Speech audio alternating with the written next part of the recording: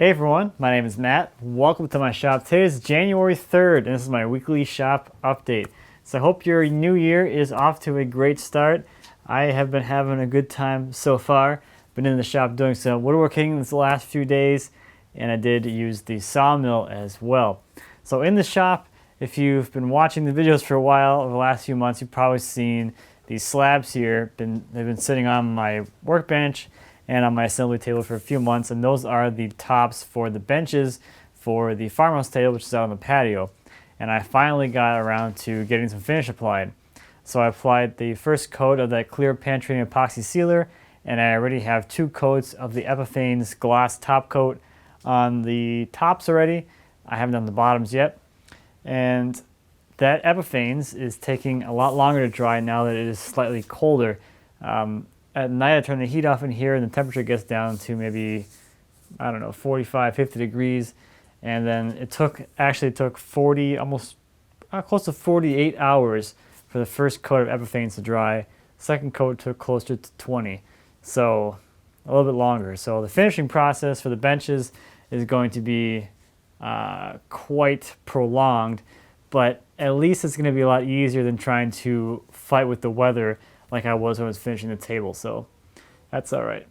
The other thing that I got started on is all the base parts for the benches. So I have all the stock milled up, cut to length, and ready to go.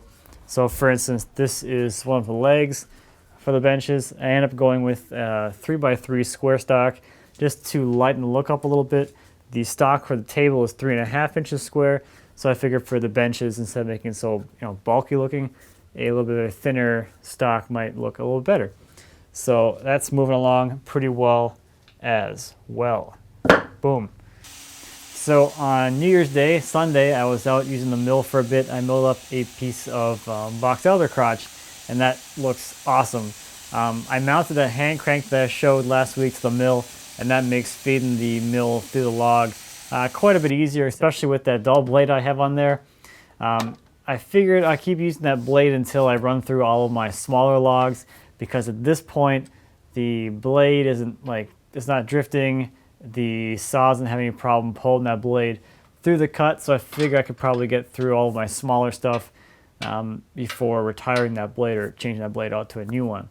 So I still use the ratchet to change the height of the mill, and that works out pretty well. It is a little tiring to do that, but at this point I don't have an impact wrench, and I don't have the adapter for my impact driver to go up to a 1/2 inch drive for a socket. And honestly, doing it by hand kind of reminds me that I need to get the thing motorized, because if I get too comfortable with the way that it works with just a driver, for instance, I'll probably never get done. So doing it this way kind of forces me to keep thinking about it. So out of that section of crotch, I was able to get 4 pieces of 8/4 and 1 piece of 4/4, and I have some really nice color and crotch figure in those, so those actually turned out really nicely. That log was about 7 feet long, maybe 6-7 feet long, and 12 inches at the narrow end there, and about 20 inches out of the crotch at the biggest span. And the saw was able to cut as fast as I was able to turn the crank. So I'm still a long ways away from being able to test the limit of the power on the saw, but I do have some plans to do that once I get the guides finally set. It turned out that the guides or the mount to the guides, put the guides too far up and too far forward, so I have to redo the guide mounts, or at least modify them to push those guides down and back. I'm at the extent of the travel on the guides, so I need to make up some more space there. But that should be a pretty quick modification, and then I can get the whole thing tuned up really well, and then I can do some load testing for real.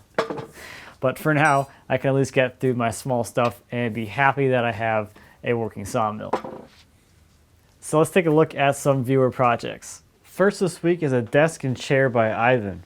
A big ash tree fell in his garden a few years ago, and he needed a new desk for his computer, so he decided to borrow his dad's chainsaw and powered hand planer and have a try at making a desk. He enjoyed making the live edge desk so much that he made a matching wood and leather swivel chair from the same tree. Next is the dining table by Dan. He made this table for one of his best friends and his new wife for the house they bought together. The table is made out of a red oak tree that he had cut down from his backyard when his wife and him moved into the new house about 1.5 years ago. And Dan does have a nice gallery of all the pictures that take you through the whole process from tree to finish. There'll be a link to that down in the description. Next is a nightstand by Adam. The nightstand is made from walnut, curly maple, and soft maple for the legs. It's made with Morrison tenon joinery, and the drawer front is half-blind dovetails. The finish is a spray lacquer, and he says he chose walnut and maple because he likes the contrasting colors and how they complement each other. Next is the Keepsake Box by James. It's made from purple heart and curly maple for the top and a lift-out tray. It's built with through dovetail joinery for the box and figure joints for the curly maple tray.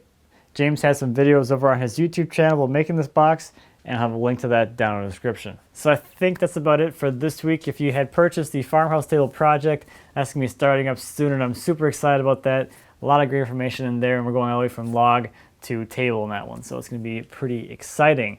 So thank you as always for watching. I greatly appreciate it. If you have any questions or comments about anything I talked about today or anything here in my shop, please feel free to leave me a comment. As always, I'll be happy to answer any questions you might have. And until next time, happy woodworking.